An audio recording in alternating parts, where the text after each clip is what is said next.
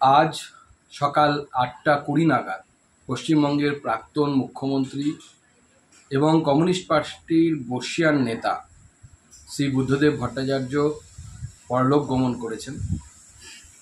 এই দুঃখের সংবাদে আমরা অত্যন্ত মর্মাহত।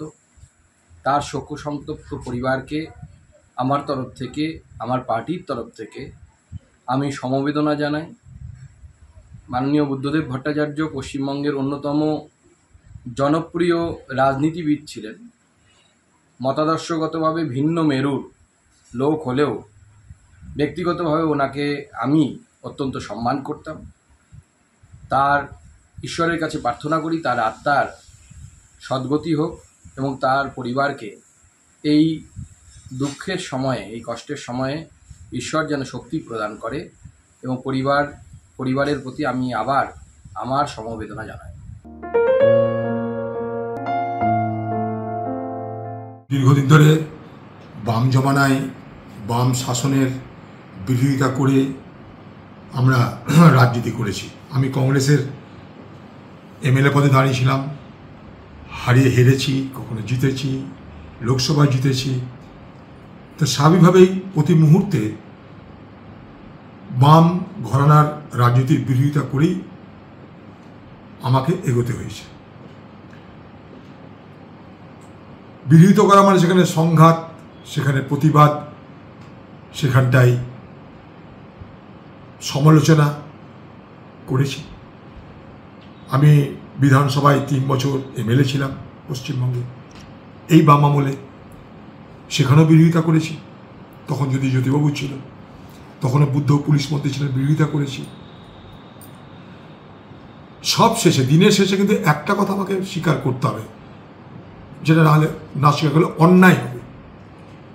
সেটা হচ্ছে এই একটা রাজনৈতিক ব্যক্তি যে তার গোটা রাজনৈতিক জীবনে কখনো সততা থেকে বিচ্যুত হননি, তার রাজনৈতিক নিষ্ঠা থেকে সরে আসেননি, তার আদর্শ থেকে তিনি কখনো পিছপা হননি, এবং যে ব্যক্তির বিরুদ্ধে কখনো কোনো দুর্নীতি, স্বজন পোষণ করার কোনো অভিযোগ আজ পর্যন্ত বাংলায় কেউ করতে পারেনি। তার ভাবনার সঙ্গে আমাদের মিল থাকতে পারে, না থাকতে পারে। একটা সময় সিঙ্গুর নন্দীগ্রাম নিয়ে তার বিরোধিতা করেছি, পরে আবার মনে করেছি যে সিঙ্গুরে বিরোধিতাটা না করলে মনে হয় ভালো হতো, এটাও মনে হয়েছে।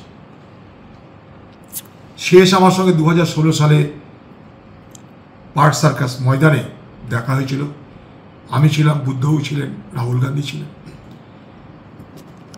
অনেক সংঘাত তার সঙ্গে থাকা সত্ত্বেও তার এই ব্যক্তিত্ব, তার নিষ্ঠা, তার সততা, আদর্শের প্রতি তার অগাধ আস্থা, এগুলো কিন্তু সকলকে প্রভাবিত করে।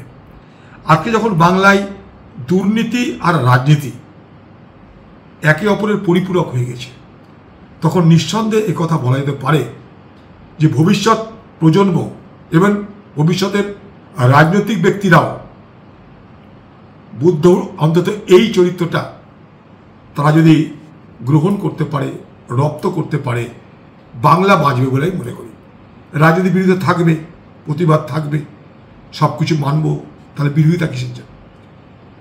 কিন্তু কথা হচ্ছে যে সব কিছু শেষে লক্ষ্য করে দেখুন, একটা প্রাক্তন মুখ্যমন্ত্রী সামান্য একটা ফ্ল্যাটে সাধারণ জীবনযাত্রা নির্বাহ করে কিভাবে আজ আমাদের ছেড়ে চলে গেলেন। এই উদাহরণগুলো কিন্তু বাংলাকে গর্বিত করে। বাংলার রাজনৈতিক যে প্রেক্ষাপট, সেই রাজনৈতিক প্রেক্ষাপট একটা উজ্জ্বল জ্যোতিষ্কের মতন এগুলো কিন্তু বিরাজ করে। তার পরিবারের প্রতি আমার সমবেদনা।